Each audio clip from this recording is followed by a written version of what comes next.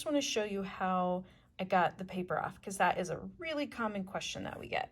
The reason that this adhesive paper is here is it protects the acrylic when it's being cut, and it also helps protect the acrylic when it's being shipped, because they're all together, and this just helps them so that they don't scrape each other up, and it helps them stay in a little bit better condition.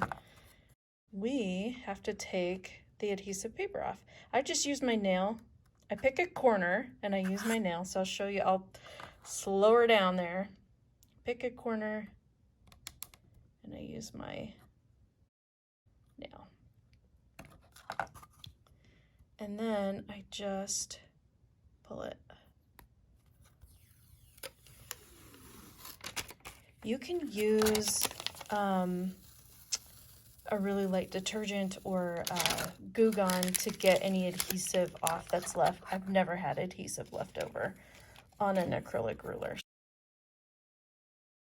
The first step in quilting with rulers is to install a ruler foot. My machine is a high shank, so I have the high shank ruler foot from Sewing by Sarah that I'll be installing. This is my presser foot adapter. It's also called sometimes an ankle. I'm going to take that off and take the screw entirely out. Let's see if there we go. So I just lowered the presser foot lever. Now I'm going to put my ruler foot on. Let's set it right there. Now, the high shank ruler foot fits my machine really well on its, I believe, lowest position. I'm doing something wrong here. There we go. But I'm going to leave it just a little bit loose. This is how you would leave it if you were installing it on your machine and you for the first time.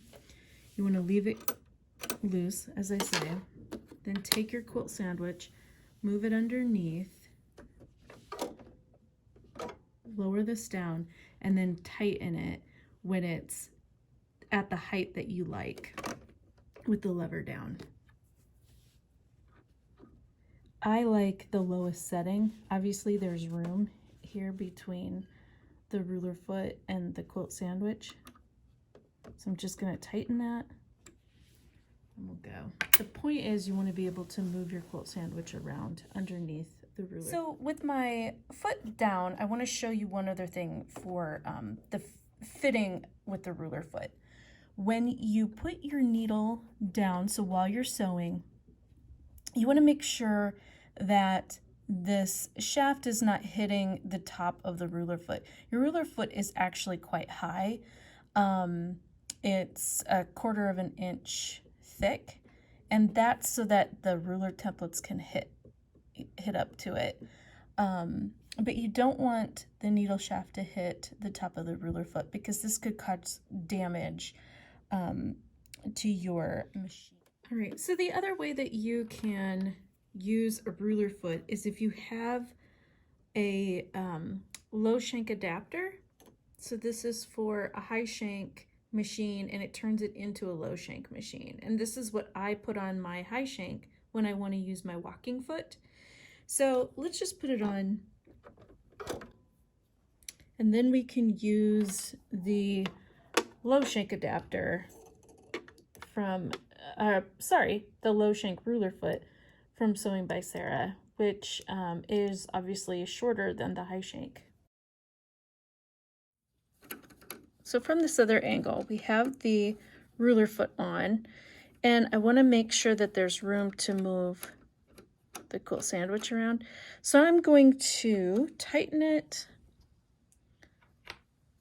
with my screwdriver. Well, just holding it up a tiny bit. I don't want to hold it up too much. And you could actually let it just rest there if you wanted. I am going to just hold it up a little bit. If it's, just adjust it to your liking. I like mine to float just a little bit above. On some machines, you may not be able to do that, but if it's hard to move around, what you want to do is get a super low shank ruler foot. If it's hard to move this around, even at the highest setting, then it's going to be really tough to do your quilting. All right, with my needle threaded, what I'm going to do first is pull up the bobbin thread. Now the bobbin thread's obviously been pulled up so that it's on the top part of the faceplate, but we actually want to pull it up so that it's at the top of our quilt sandwich. I'll show you what I mean here in a second. Let's pull the bobbin thread out of the way, grab our top thread, and then move the needle over off to the side of our project. Now I'm going to put the needle down into the center of the ruler foot, just one stitch, so down and then back up, and then I'm going to pull this stitch up and then pull my top thread up. So you can pull the bobbin thread,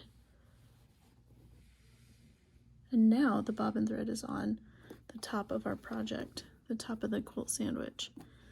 We can start there, or we can move over to a different spot to start our sewing.